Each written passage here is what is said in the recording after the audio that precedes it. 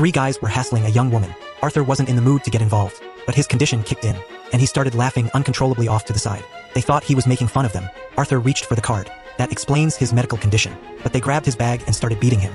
Pushed over the edge, Arthur pulled a handgun and shot two of them. He chased down the third and killed him too. Shaken, Arthur ducked into a dark subway restroom and started dancing. Watching himself in the mirror, he opened his arms like something buried inside him had finally broken free. It was like he was finally accepting who he really was. The next day, the news reported 3 young finance guys had been gunned down. Thomas Wayne, Gotham's richest man, called them decent, civilized employees of Wayne Enterprises. During an interview, he said the killer, hiding behind a clown mask, was a loser and a coward, and he grouped the city's struggling nobodies in with clowns. Arthur listened and gave a bitter smile. Then he visited his social worker. This time, he spoke plainly. He knew she never really listened. No one cares about people on the margins, she told him. Funding for social services got cut, and the program was shutting down. He'd have nowhere to talk, and no help getting his meds. Out of work, Arthur tried doing stand-up at a small club.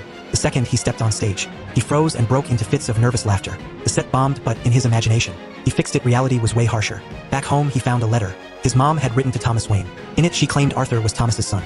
Arthur confronted her. She insisted it was true, and said Thomas left them to protect his public image. The next day, Arthur went to Wayne Manor. He met young Bruce through the gate, did him a little magic trick, and tugged the boy's face into a smile. The butler ran out and stopped him.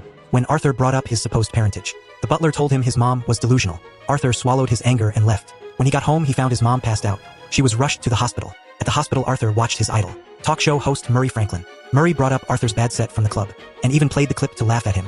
Arthur felt humiliated, especially by the one person he admired most. Later at home, he watched the news again. Crowds were out on the streets in clown masks, protesting Gotham's brutal wealth gap, and opposing Thomas Wayne's mayoral run. Arthur went downtown, but instead of joining the protest, he snuck into a restroom and came face to face with Thomas Wayne. Arthur asked if he was really his son.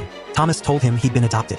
His mom had delusions and had spent time in Arkham State Hospital. The next day, Arthur got a call from the Murray Show. The viral clip had gotten huge attention, and they wanted him as a guest. He was thrilled, even with the humiliation. He went to Arkham and stole his mom's file.